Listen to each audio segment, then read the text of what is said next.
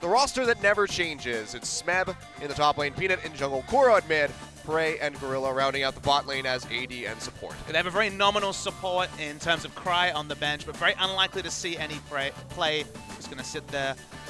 And, you know, this team, we spent the whole of the start of the year explaining how good this team was. They innovated the meta many times. It looked like they were playing a different style of League of Legends to any team around the world. When we had super slow games, the Rox Tigers were playing aggressively, initiating fights, finishing the games on average 5 to 10 minutes quicker than their opponents. Yep. Let's see if they've got the new playbook, because we've jumped to patch 6.10. So much has changed since MSI, and if you're going to look to any team in 2016 to show you something new, it's the Rox Tigers. Yeah, and the person that we're going to have to, of course, keep most of our attention on is going to be Peanut in the jungle, and there's been so many changes, what with the Rift Herald now, one-time buff that gets picked up lasts 20 minutes, and all of these elemental dragons, and then the Elder Drake at 35 minutes.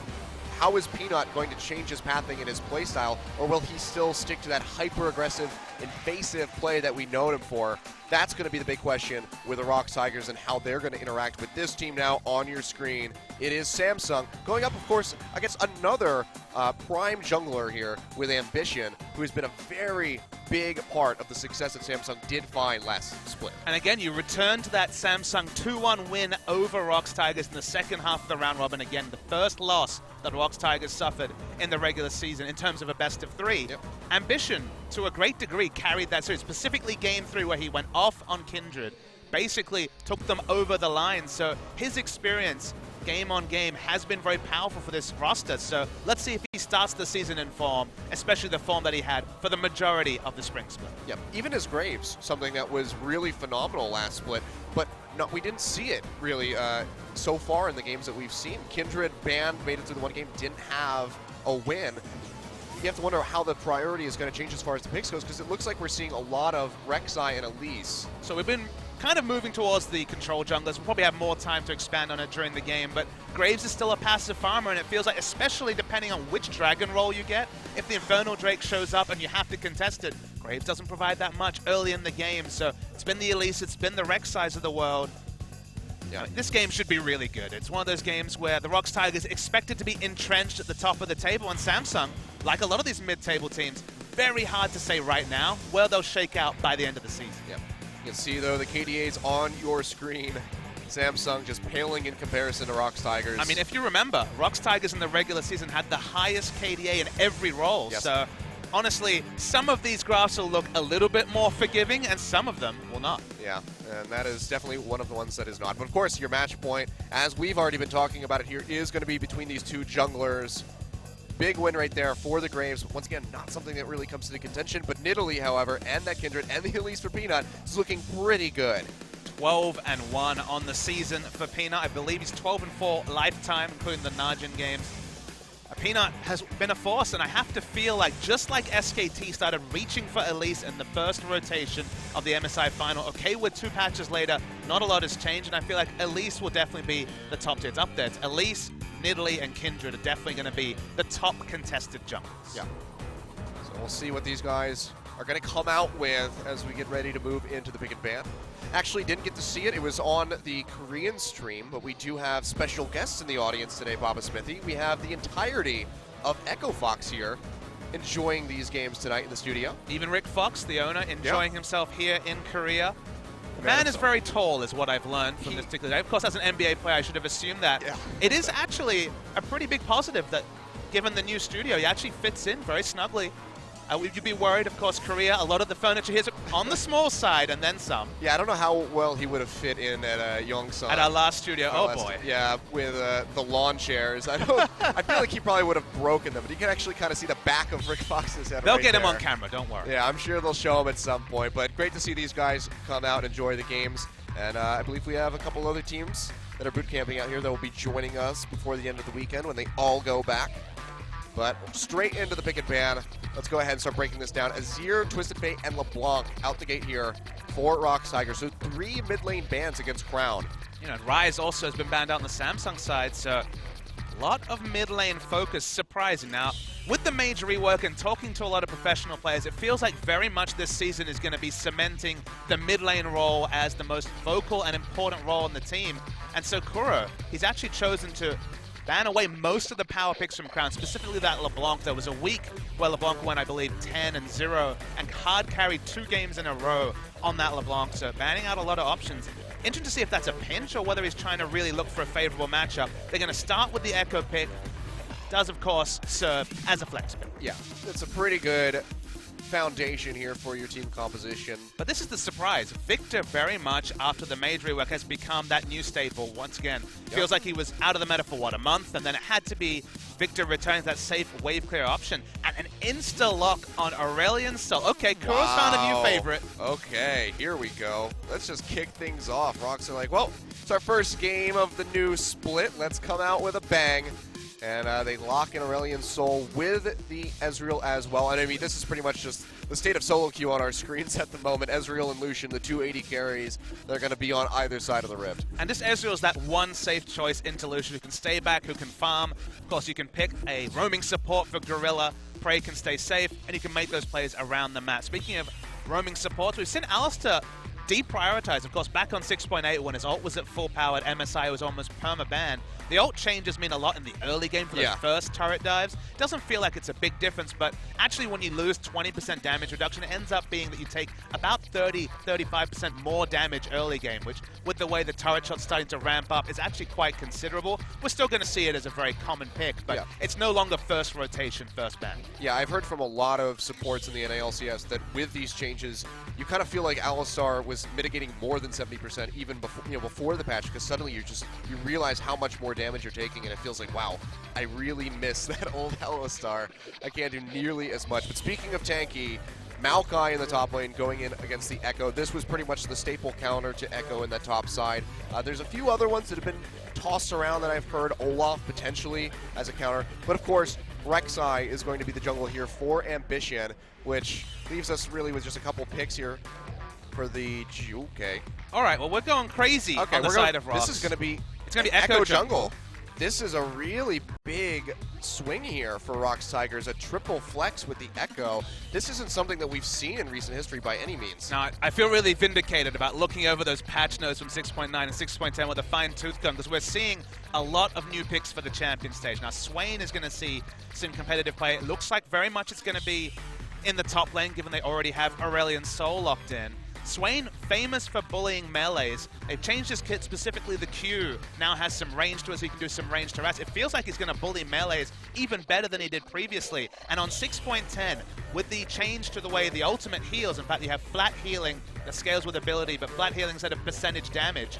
You can walk into a team fight with, say, Rod of Ages, Azonias eventually, and stay sustained and topped up for days. So, interesting to see it as a top lane pick, but we're going to see it this game. Yeah, this is quite exciting from the Rox Tigers. Really heavy on the AP, however, so that could be a little bit of a concern. I mean, Ezreal, of course, has usually no problems in pumping out damage, but it's going to be reliant on landing those skill shots and, hitting that power spike very quickly, which Lucian is very good at right now. What with this new build that's come out in Korea, where you rush the Yoma's Ghostblade into a Black Cleaver.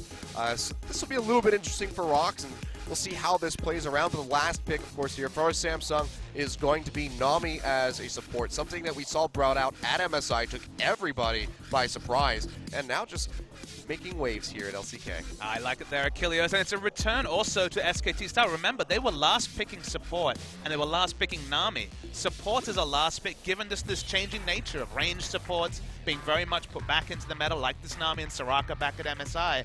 You can go for so many flexible options. I feel like if there hadn't have been all these fast moves in terms of flex picks, it could have been a Bard and gone for a comp very similar to what Afrika won with yesterday. The Rek'Sai Bard, so much power over controlling the enemy jungle. But they just ended up going for the more safe choice in the Nami. Safe laning phase, safe into the late game. But we've got a lot of new stuff, and it's going to be really interesting to see how this all shakes out. And also the level 1s, because we saw a lot of innovation even in level 1s. In that Afrika series. That was a great level 1 yesterday with the Bard. Just oh boy. Triple portal over the wall. No Bard this time, so we could be at least a little bit disappointed. Yeah, sorry Kramer and Mad Life. That was PTSD inducing for sure, that play. I mean, I would be just scared to start Gromp ever again after that play if there's a Bard on the enemy team. Feels like there'll be a lot of scaling. Prey and Smeb, of course, have to get those catalysts and tiers rolling. So in the early game, 2-item power spike, especially with that Lucian. I feel like Samsung can try and blow them out of the way. Well, we're going to see if they're able to do that as we get into game 1 here. Rox Tigers versus Samsung coming up right now.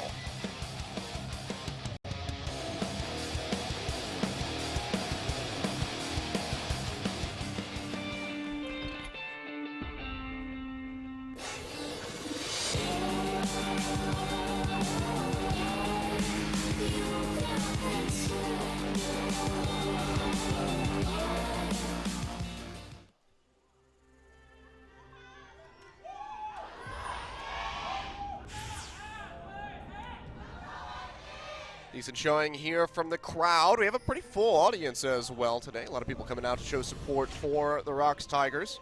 Samsung, of course, long-standing team, some of the longest-standing members as well here. Ambition's been playing for quite some time. And Samsung's always had a super loyal fan base, even after the big exodus to China in 2014. They lost their whole roster. Still, a lot of the fans stuck with the org. To some degree, were repaid in later seasons, specifically in spring, where they've really started to level up. So the fan base is stuck with them, and Rox, of course, have grown and grown with all their success, specifically on the international stage. Yeah, I mean, it's like night and day if you look at last season compared to this season. After that second place finish at Worlds in Season 5, and then this just monstrous stomp in round 1 and 2 into the playoffs where they lost against SKT. These guys garnered a lot of respect and a lot of fans in the audience, so not too surprising to see. We can see, though, Deathfire Touch going to be taken by Smeb up on that top side, so just going for maximum harassment. Interesting to see what the max is. I'm expecting Q, just given the fact that the skill has changed quite a bit. You now get the flat 20% damage amp on Torment, his E, so the ranged harass Q can provide, especially in a melee matchup, seems powerful, but honestly, I've seen a few Swains in solo Q, but the data points really aren't there, so it's going to be a bit of a learning experience for all of us watching the stream. Yep. Gorilla and Prey going to go for an invade here, but they do get spotted by that ward, so that's just going to send Ambition and VuVee packing up through the rest of the jungle. So going to delay their start a little bit here. See, though, Wraith may be looking to replicate as he moves in towards Peanut, but he's not going to be able to find any real harass here. Bubble connects on the Smeb, so he's going to take a little bit of damage here from this Nami, but I think he'll be quite all right. Lane swap was initiated by Samsung, expected to a large degree. You really want to avoid the range versus melee matchup as much as possible, and Swain finds it very difficult to CS in a 1v2. Famously has always had a low AD, slow auto attack. Now that was buffed a little bit in terms of missile speed, but CSing as Swain always been an exercise in frustration. Yeah, definitely not one of the easier things that you can do, but if there's a player that can pull it off, it's probably Smeb.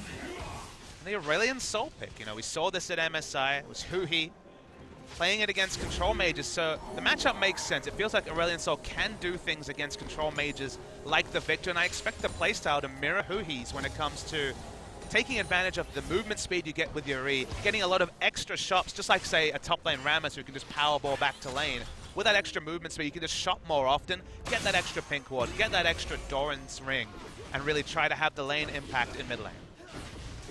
And just on cue, yep. Back in base already.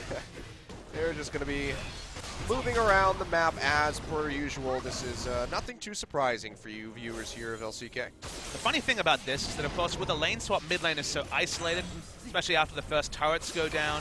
You often see roams to the mid lane, sometimes at level 1 as well. We've seen plenty of Threshers try to get that early gank pressure. The advantage of having something like Aurelion Soul is that you can push an exit lane at every opportunity, so the actual gank options or the windows are not quite there. So relatively safe should the Aurelion Soul be. So here's a question, speaking of safe. How do we expect Peanut to build this jungle Ekko? Because it's not something that we've seen for a while. It really was popular back during the Cinderhulk days, is when he kind of started coming out. And it was very much just tank Ekko. We can see he had so much damage based on the passive. Do we expect to see tank Ekko still here in the jungle, or do you think that Peanut, given that he's very aggressive, do you think that we'll see him go for something a little bit more damage friendly? See, the only damage you're going to see is the choice of jungle in chat. If we're going to see the Runeglaive or the Cinderhulk. The Cinderhulk also had some buffs on this patch, so you could understand Cinderhulk. And back when it was in the meta as well.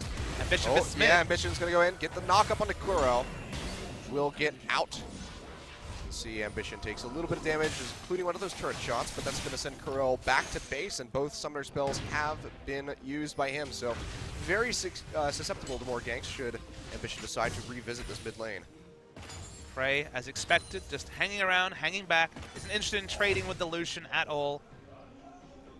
The thing about Ezreal, even when he was out of the meta, he's unique in that with that 1,000+ range on the Mystic shot, if you have a roaming support like Alistar, you can hang back, you can prune the wave with your Q, you can get last hits that no other AD carry can pick up, and you're safe enough to allow your support to really get your roam on, which given Gorilla and how much Alistar he played last season, he is one of the best proponents in the world of doing that.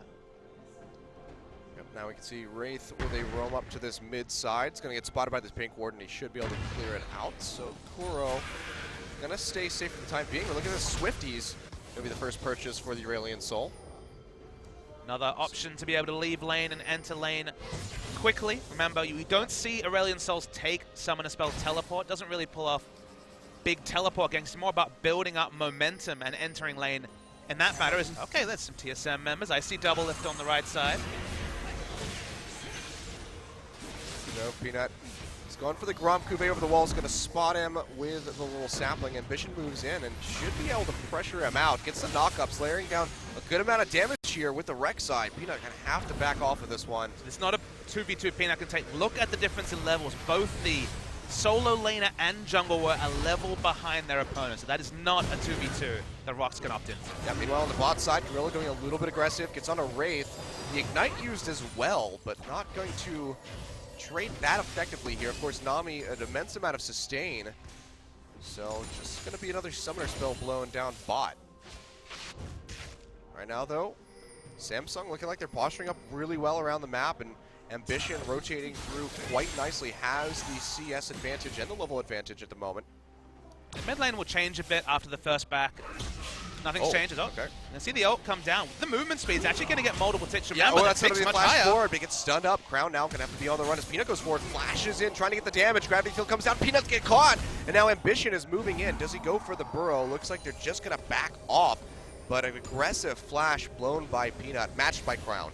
We saw mid laners like Doinby want to use that ult aggressively, and when it had its old tick rate, the second-on-second damage was actually quite low, but now the tick rate is so much slower, but the damage is noticeably higher. So Kuro, even with swiftness boots, wasn't able to outrun the non-evolved Viktor ultimate.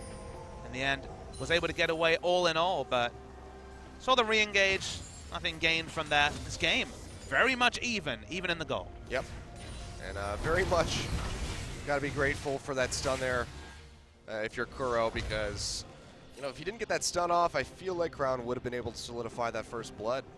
Like you said, dead even. It's going to be the Ocean Drake, first one on the map here. We'll see when these guys want to go ahead and decide to pick that one up. Oh god, I'm just thinking about that sustain from the Ocean Drake on top of the sustain from Smeb already with Swain. I remember that's out of combat sustain, but Still, back off and then... Well, you're sustaining in combat and out of combat now. That's fair. All the sustain. Ocean Drake's one of those ones where in the late game, you know, unless you're talking about a third buff or the Elder Drake buff onto, it's not the biggest consideration. But in the early game, for a jungler especially, because remember, it's out of combat against turrets and enemy champions. It doesn't include monsters, so just that little bit extra topping up sustain really helps you clear.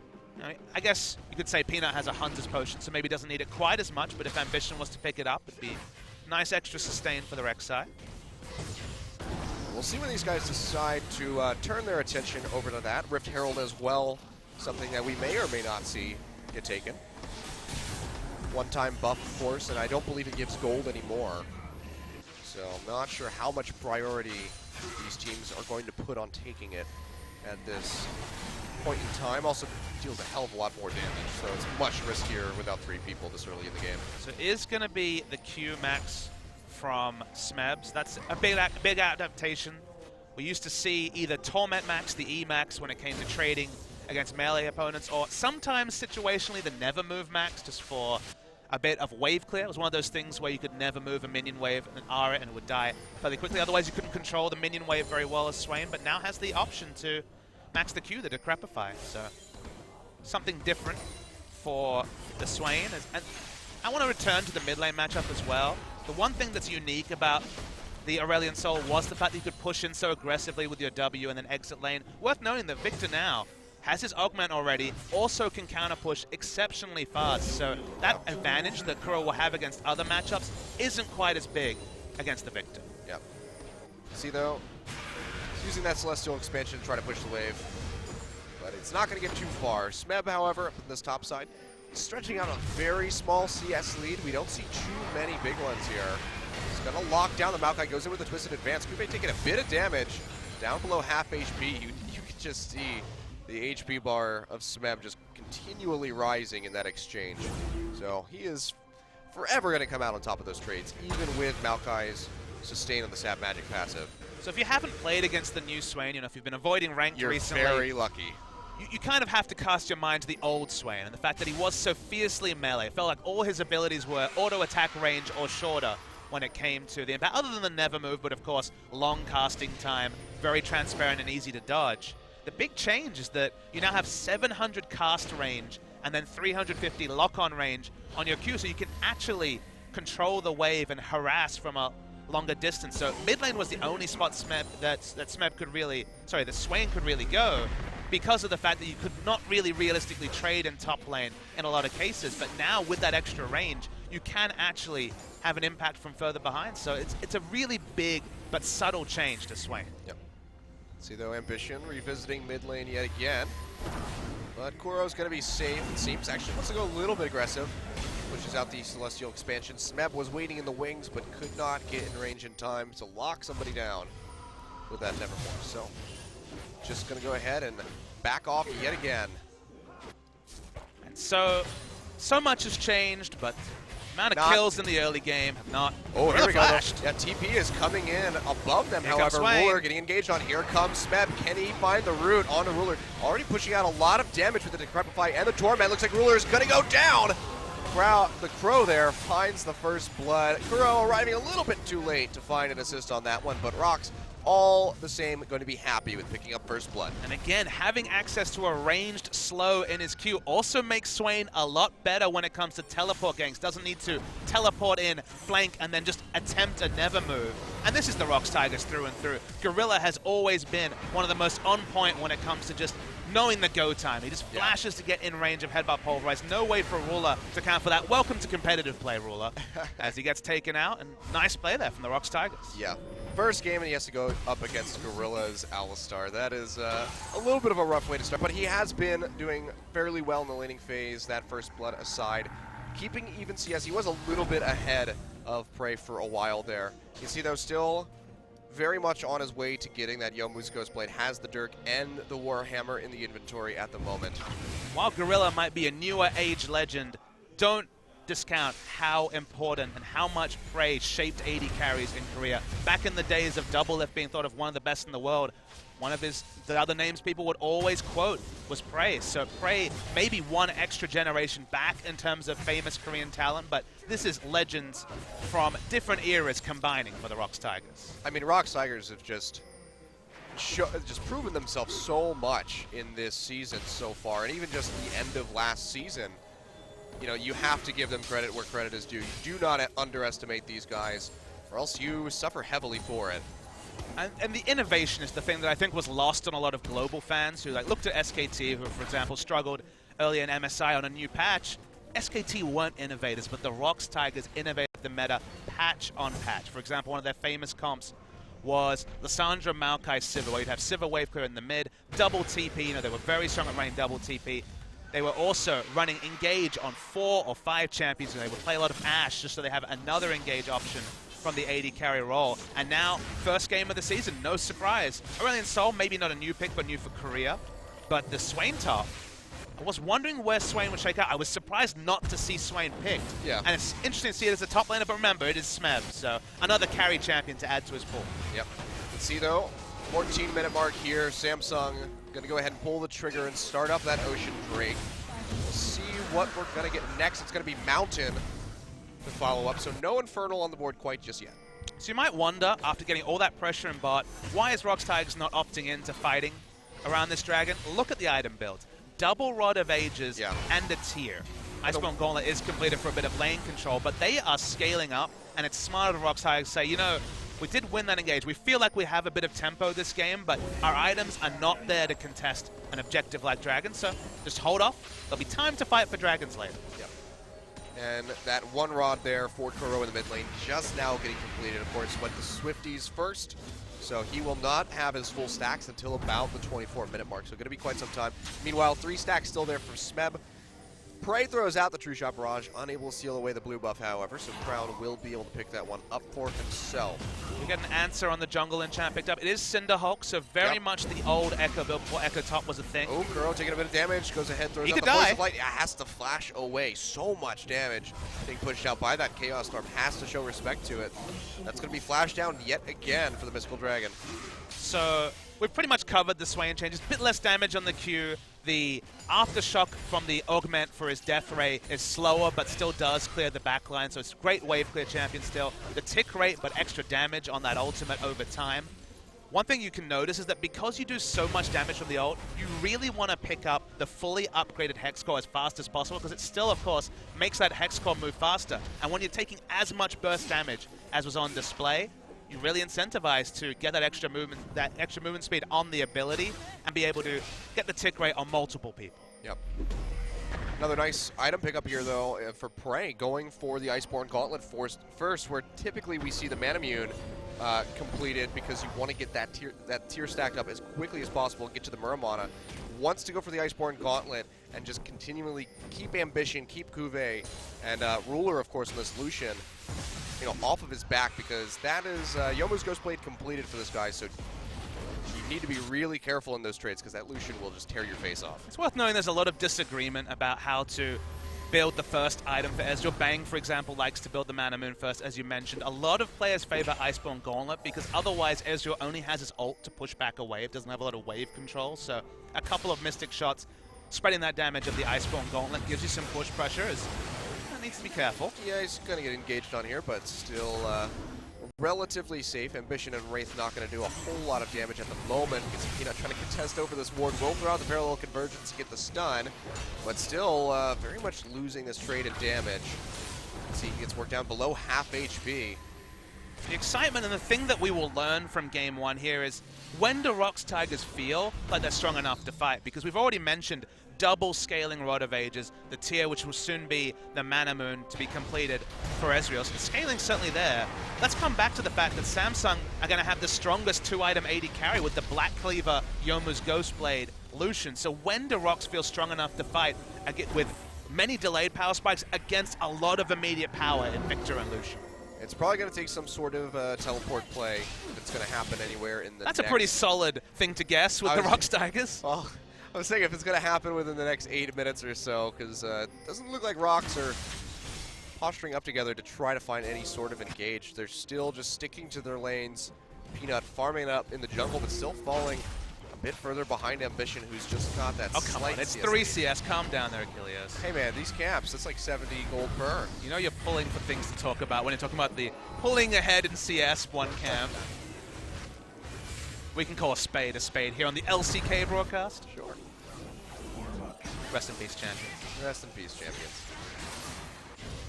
And Swain's farming up, and again, a difficulty with Swain was access to CS, would often come up behind, even in mid lane, because it was so difficult to control the waves. And against melee matchups, always going to be a little bit less pressure. Trading farm on a Maokai versus trading farm on a Swain, that was a slam dunk a few patches ago. You'd certainly say Maokai just for his team fight impact, but when you go in the middle of the fight with a Spirit Visage and level 16 on the Swain, you control a lot of space because nobody's killing the Swain. Yeah, no, not at all. We've seen that just in the trades up on the top side. You call them trades? They don't look like trades Okay, to me. okay, trades in quotations, let's say.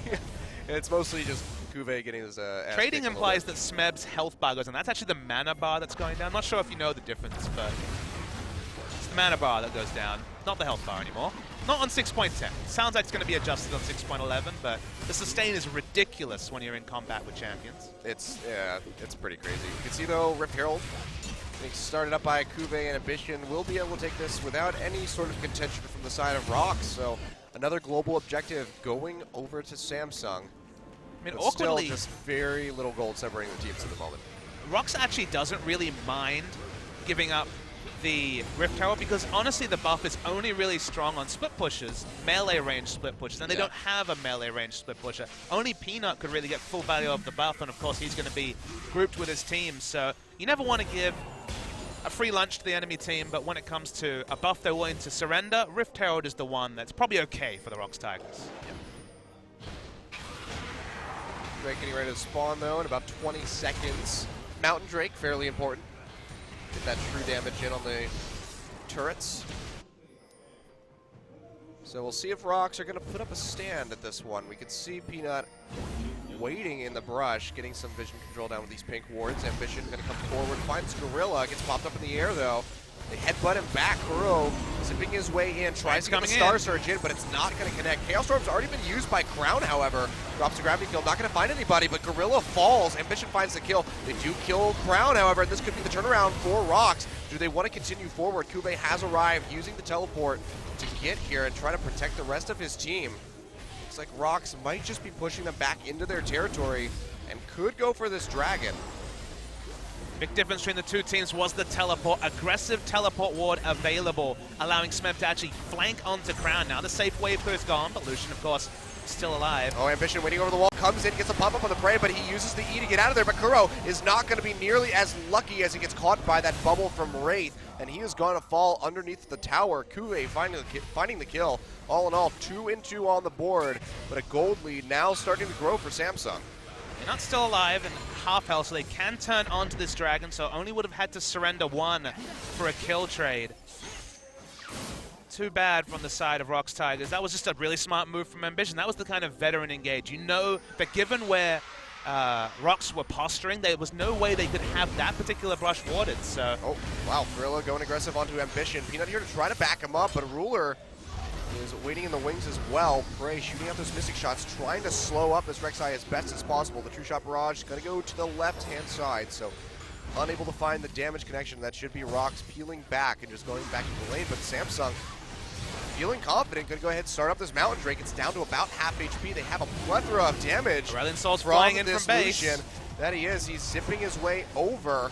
Does arrive in time. Looks like they might peel off. Gorilla going to get engaged on. Does not have the ultimate available. Quenches yet and will fall. They go into Ambition, however, and he will go down. Prey finding the kill. Chaos Storm ticking onto several members in the backside. Just now going to expire, so it's going to be a 1-for-1. The jungler goes down, but Rox still not in a position to get on top of this Drake. It's good trade of personnel, though. You'll give up your support for the enemy jungler anytime, especially when there's a dragon to be contested for. So Rox buys more and more time for scaling. Extra minutes means precious Rod of Ages stacks coming through, so definitely a win for the Rox Tigers overall. Samsung turn off the dragon at 2,500, so you see that call to turn, but issue is that the headbutt from Gorilla is really smart. It means that the rest of the team is split away, so only Gorilla takes damage, and then Ambition's overextended. He can't get out, the trade's not ideal, the Chaos Storm doesn't mean much, the dragon lives on. As we said, stacking time for Rox. Yep. Samsung comes straight back over to this objective. Brown walking over toward that mid side, has the teleport available if he needs to close the gap even faster. We can see Samsung are going to go ahead and start this one up. Smeb not with the team, doesn't have TP, has to answer that wave building up on the top side. And outside of a steal from the side of Rox, I think this is going to be a dragon going over to Samsung, and it will be. They confirm that one, and Peanut gets completely locked up. Can't even use the ultimate to get back over the wall, and he goes down. Nice chain CC coming out from Samsung. They find themselves another kill. And the Mountain Dragon can be so powerful. They only have 3 ranged auto attackers, but that extra burn onto both securing objectives and turrets could be massive. The wave clear's not as reliable for Rox Tigers. It's there, but not massive. So very much a group up and push time for Samsung with Peanut dead. But that was one of those cases where with 3 grouped up minion waves, you kind of have to go there as Smeb. Yeah.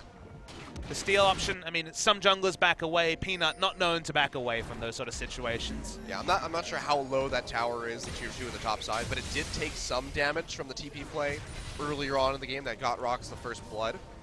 So it could be fairly low at the moment, so letting those waves crash actually could have resulted in the turret going down.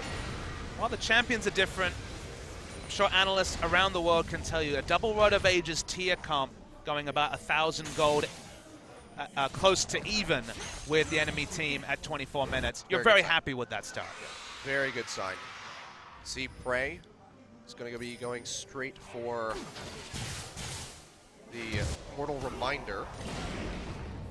Grievous Wounds, of course, changed for 6.10. Now all forms of healing, including Summoner Spell heal, and of course Nami healing onto, say, for example, Ruler. So even though there isn't massive sustain, I guess cutting down Cuve's Sap Magic with the Spirit Visage is also relevant. Yeah.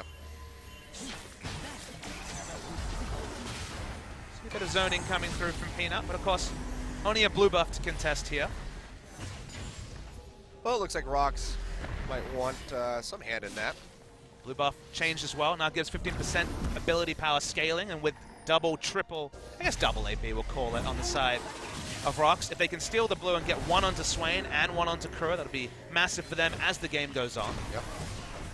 For now, though, we're just going to have a bit of back and forth here in the river. Rox out of position when it comes to mid lane. Remember, with the Mountain Drake and position on mid, this could be mid lane turret falling. Yeah, they have to try to snake their way back in here, but the turret's already taken so much damage. Now Ruler's there. They throw the True Shot Barrage, trying to clear out as best they can. Gorilla taking a hell of a lot of damage. Has to just back off, down below half HP. Swain's walking in. Yeah, and Smeb, can he find a catch that's worth going after? It doesn't look like it's going to happen, and Rox are just going to have to peel back. So they're losing ground here in both the mid lane and now the top, as Kube is just continuing that shove. They can't quite push the minion wave in just yet, so it's going to be a minion, if that, when it comes to denying resources from Smeb. So we continue to see this trade, and it's going to be fascinating to see how the team fight impacts differ between Maokai and Swain in the late game. Yep. Well, Peanut not going to be able to go in for the parallel conversion stun. The turret's going to fall on the mid side, so that's going to give a 2,000 gold advantage now over to Samsung. But like you said, this triple scaling comp, Rox can still breathe easy at this point in the game. Once you start hitting that 5, maybe even 4.5 gold thousand mark differential, that's when you need to start panicking a little bit. Even when it comes to the fact that both dragons have gone to Samsung, or the delaying, because we don't have a 5-stack mechanic anymore, we have how many dragons can you get in the first 35 minutes, then the then amplify it. Then amplify, exactly. The fact that it's only been 2 and now can only be, I believe, be 3 in this first phase is actually pretty good times for the Rox Tigers. I think it's 35 minutes for the Ultra Drake. They could squeeze in 2 more, I think. Next one spawns in a couple of minutes. So we'll see when the timer is exactly, but if it is after 29 minutes, then it will not spawn. We'll see what Drake we get after this one. It's going to be the Air Drake now spawning, so we're just kind of going down the line. Infernal yet to pop its head in. Infernal will not pop its head in. You're right, yeah. They can't. Oh, no more combat stats. Sad days. There goes that. Not going to get that nice 8%. Amplifying up to as much as, I believe, 24. 24. Well, 24 and then 36% if you get the Elder Drake. That's pretty absurd. 36% more. Can you imagine that on Jhin? It's dirty. I don't want to think about that on Jhin. Jhin and Zed with 36% more AD would be disgusting. It's watching as Samsung come through. Hasn't been spotted. Well, he has moved. Well, Ambition's now out of the burrowed form, so we'll be able to go ahead and just move and clear out that pink board. Peanut not going to be able to stop them in any way, shape, or form. Smeb, he's level up. He's fine. He doesn't. He's like, I don't even want to root you, Maokai. I'm just gonna kill the minions and just get the hell out of here. I mean, Maokai is the biggest thing he can do in those situations is hope that Smeb uses a lot of mana, I guess. Like if he's low on mana, then maybe he's done his job. I won the mana trade. Wow, just look at this damage on the Gorilla. Has to flash away, pops the ultimate. Goes back in for the Headbutt Pulverize, knocks up 2 members, but no one to capitalize on the side of Rox. It's going to be the flash twisted advance out onto Smeb. Let's put his sustain to the test. 3 members coming through. The tidal wave not going to connect. Still on the hunt here, though. Now placed into the gravity field. Looks like the Swain is going to go down. Takes a lot of effort. But Ambition, meanwhile, on this mid side, still able to defend this turret for the most part from Bray and Peanut, who are just going to get a smattering of damage in on this thing. The reason you didn't see any Rox members move was that Kuro was split pushing without teleport in the top lane. A common thing you can do if you're playing around mid lane is split push with the Aurelion Soul in top because he makes so fast down that river. But after the first kills came through, it was clear that Swain eventually would fall. So they tried to get 2 turrets as an exchange. Didn't quite end up with that. But no, they got it. They got the mid lane as well. Yeah, they got him. Alright, so they got 2 turrets. So in general, 2 kills for 2 turrets. You take that if you're Rox Tigers. Yeah, they made a pretty decent trade, all things considered. Keeping it still fairly close. We're still just within about 1,000 gold. I wonder where the item build will go with Smeb. You have to feel like Void Staff just gets thrown in there for a bit of damage relevance in the fight. They do have high damage on the inside. I guess especially with so much magic damage, the Void Staff can't really be ignored. There's a teleport. Yeah, here we go. Teleport coming in from Smeb. Will already get spotted. It's going to be matched by a TP coming in here from Kube from the top side. Ambition looking like he's going to be the target. Smeb gets locked up, though, by Samsung, and he's going to be the first one to fall. Rox cannot collapse in time, and Bray just wasn't there to back up and help kite through. And now the Chaos Storm comes through. Prey taking a hell of a lot of damage, has to flash and use heal. Flash forward by Crown, it's gonna find the kill. And now Peanut, the one being targeted, has to flash over the wall to get himself to safety, and Samsung are just starting to actually run away with this game. It's been very close this entire time. Very little gold separating for Rox, but now 2 members down. Samsung are looking at the Baron. The trademark communication from Rox kind of eluded them there. Another trademark deep teleport and then move from Smeb, but he continued to fight out of vision next to the enemy blue buff, was collapsed on by 4, died, can't occupy space, isn't really invulnerable to 4 members, clearly, doesn't have Zhonya's yet to drop aggro, so Rox Tigers lose a lot and now lose Baron off the back of it as well. Yeah, that is pretty devastating. We see just aggressive TP here from But he Smeb. doesn't have the vision to do this. He knew that 1 member was there, but we see Wraith turn on him, stun him up, exhaust down as well. 4 members, there's no vision around this area, so they basically lose one of their strongest farmed members for no game whatsoever, and now we see Samsung also pick up the Dragon, so the cost was looking very approachable for going for all this scaling, but now bad decisions on the back of going for a comp that couldn't fight early. We see the random sampler of Dragons for Samsung, one of each of the 3 that will spawn, the Baron as well, and what could have been a pretty good 30 minutes is now suddenly looking like a really difficult one to come back for the Rox Tigers. Yeah, and you have to wonder how they're going to be able to hold on for the duration of this Baron buff, because Samsung, they have nearly infinite CC on the side of their team at the moment, and 2 very, very tanky members in VuVee and Ambition on this Rek'Sai. Ambition's 4, 1, and 2. Just finished the Dead Man's Plate. Going for the very common solo queue build. This is something that Meteos was doing in solo queue before the Titanic Hydra changes, so this is a little bit of a weaker build now overall, but Cinderhawk's stronger, and Titanic Hydra into full tank and getting that health scaling on damage is really nice build for that Rek'Sai. Gives her a lot of split pushing power as well. Yep, now we can see Smeb has no armor still. That's kind of the big issue. That Zhonya's is certainly burning like a hole when it comes to actually having it completed. Only it now has the cloth armor towards it, so yeah. 2,600 gold on top of that cloth armor. Very far away from this one. We can see though 4 members really of Samsung just going to hover around the bot side. Ambition going to be the only one getting caught by the Nevermore, but of course Rox, they just can't even try to capitalize on any little catches that they get. They just have to try to chip away with Prey as best as they can. But even then, the Ezreal's just not doing enough Peanut's to get out through of this mana, tanky front so line. not really going to be able to match the waves. Wow. Samsung just rotate to mid. That Elder Drake spawning in just 2 minutes time, and the map pressure and control is pretty supreme for Samsung. There is only 1 blue ward anywhere near that Dragon area. Oh, flash knock up onto Prey. A hell of a lot of damage coming out from Ambition. That's going to be the Tsunami coming through as well. Prey will get knocked up, but is able to arcade shift away. The tier 2 tower on the bot side goes down. Now Gorilla going to be the target. Takes a bit of damage, gets sucked back into that gravity field. Smeb's there as well. Taking a hell of a lot of damage from this. Viktor has to back out, doesn't have to sustain, has to use the flash to keep himself alive. And Samsung are just out-pressuring Rox at every turn. You're really seeing some of the stacking gold, the stacking buffs really come into play. Of course, Baron buff still worn on the whole team, so just not able, with all that scaling still, to impact the fights. And it feels like we're 1 core item away from a lot of these Rox members from being able to stand up to the Samsung members, because they have the earlier power spikes and they have a gold lead. So still, at 33 minutes, looking very comfortable in a fight. That they are. Samsung now just need that tier 2 in the top side to claim all of the outer turrets. And then they can start pushing in, trying to get those inhibitors. Baron buff going to be expiring pretty shortly here, I believe. So they won't have that pushing power. It just went away right there, actually. Wraith not going to get caught by the parallel convergence. But now, big worry, as you mentioned earlier, is going to be that Elder Drake that's spawning in just 30 seconds. Kind of have to look at the Ryze from Smeb as maybe the one misstep in terms of itemization.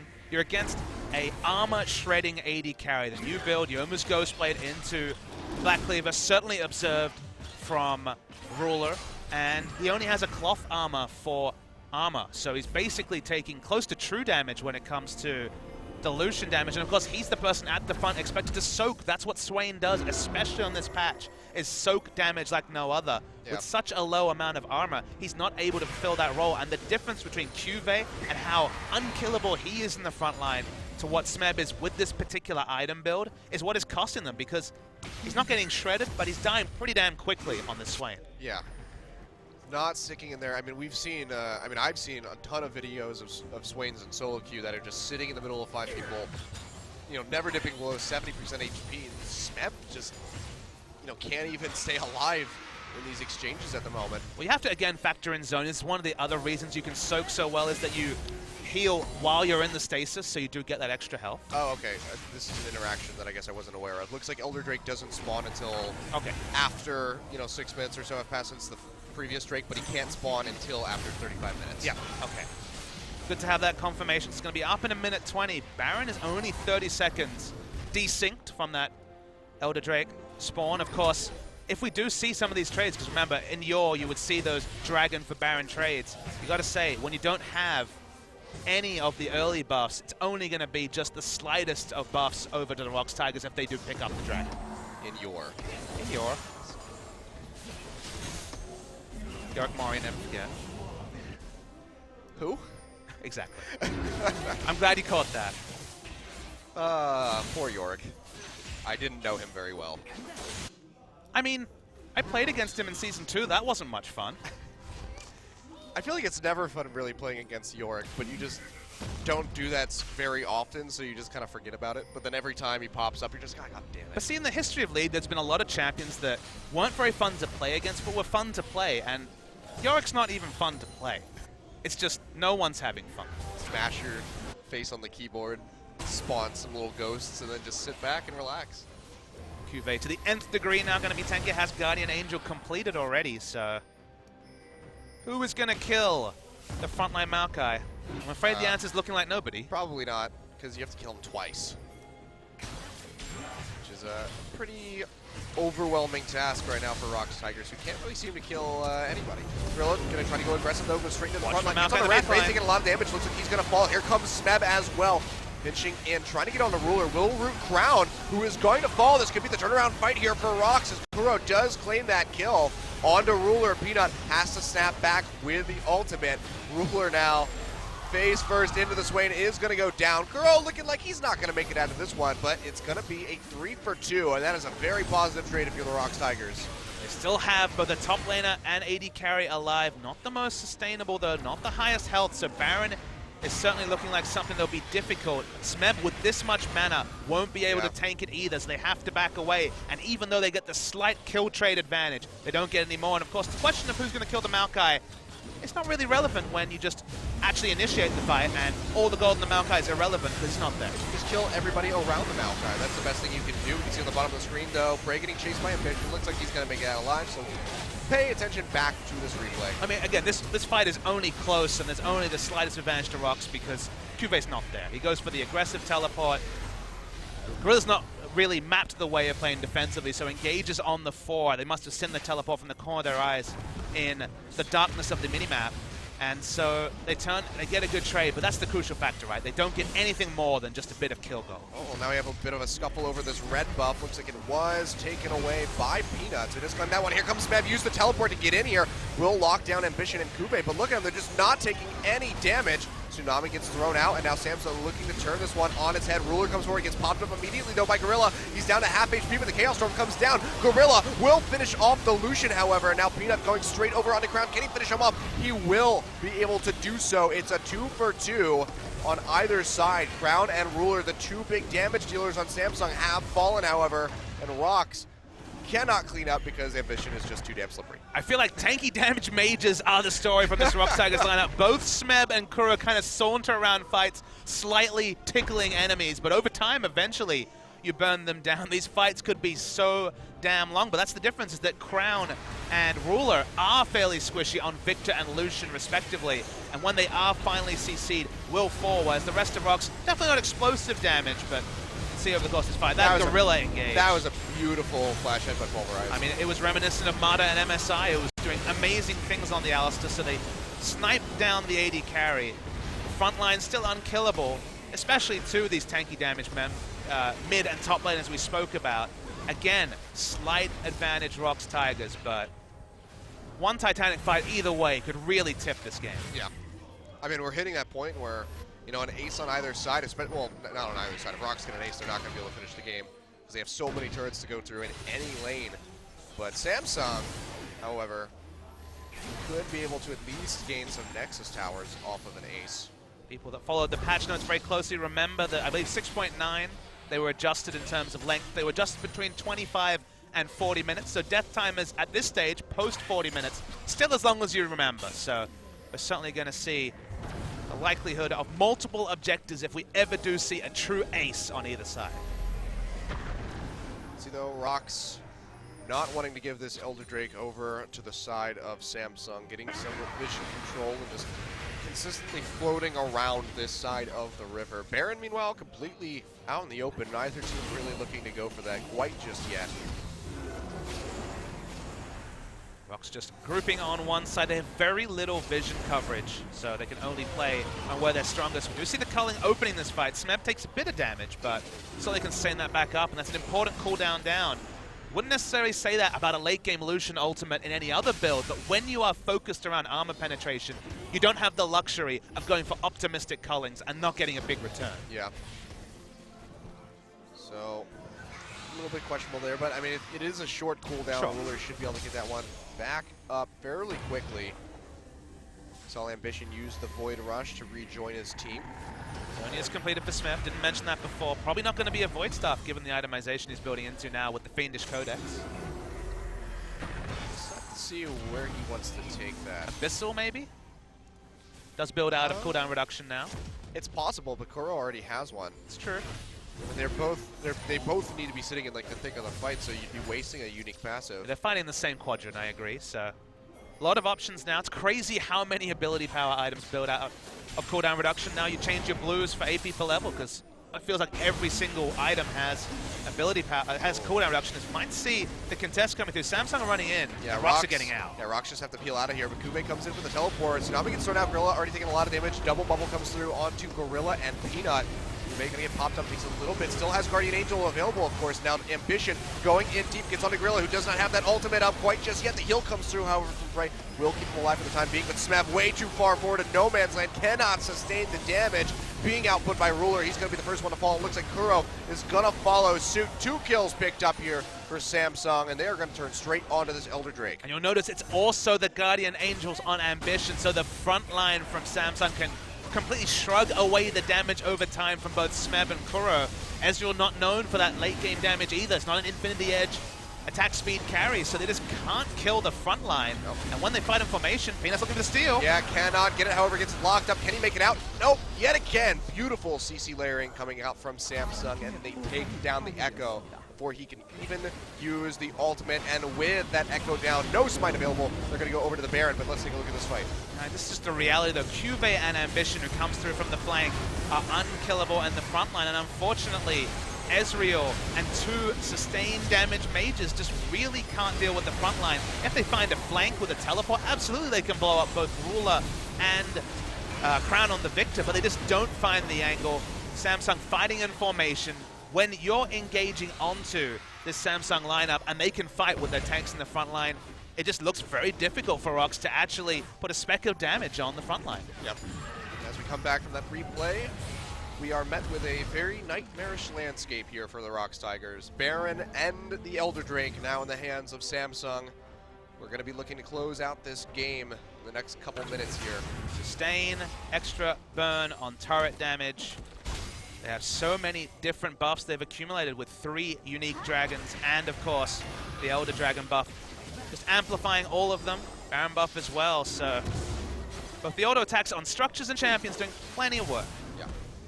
Now here's something that we don't see too much of, but I want your input on it. What would you feel, if we don't get a fight here, about a Leandri's Torment for Smeb?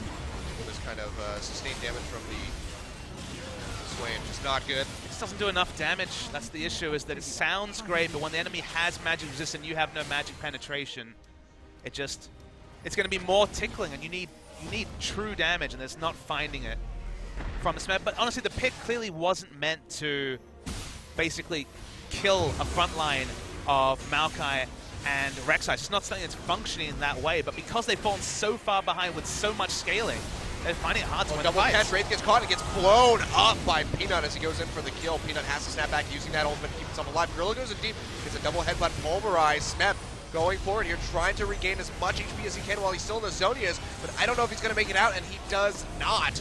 He's going to go down. 2 members now fallen for Rox Tigers, and Samsung are looking to add more to the tally. They do find Ambition, however, and now maybe even Kube in a bad spot.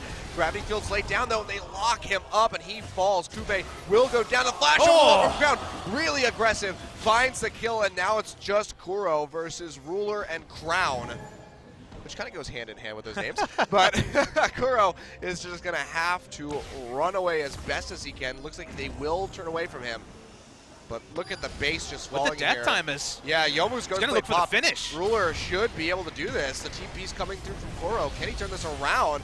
Oh no, so TP from Kuro doesn't have a teleport. It's a TP from Crown. I thought he was coming in to try to He's going to finish the game. They're just going to finish the game here at 46 minutes. Samsung coming out swinging, taking a game off of Rox Tigers to start off this best of 3. So Rox, much like CLG when they tried the Aurelion Soul Pick, just couldn't really put it together over the course of the game. There were definitely fights where it looked powerful. They got through the laning phase. Honestly, a lot of the early game, given the triple scaling, went pretty well. But when they gave away just those extra couple of objectives around 25 minutes to really put an asterisk on what was otherwise a very powerful early game, they got a couple of extra items onto Samsung. Their comp fought the way it should, one time accepted when Maokai was far too far out of position. And when they were actually in formation, when Nami wasn't getting randomly caught like that last fight, when the tanks were fighting in the front, Nami was staining in the back, and Lucian was free to do damage, they just couldn't get through the front line. There was no way for the 2 tanky mages and the blue Ezreal to do damage to the front line, and thus the fights went consistently to Samsung, and surprisingly, you'd have to say, Samsung pick up the first win of the series. Yeah, very surprising, but a very strong showing from these guys. We'll have to see what happens.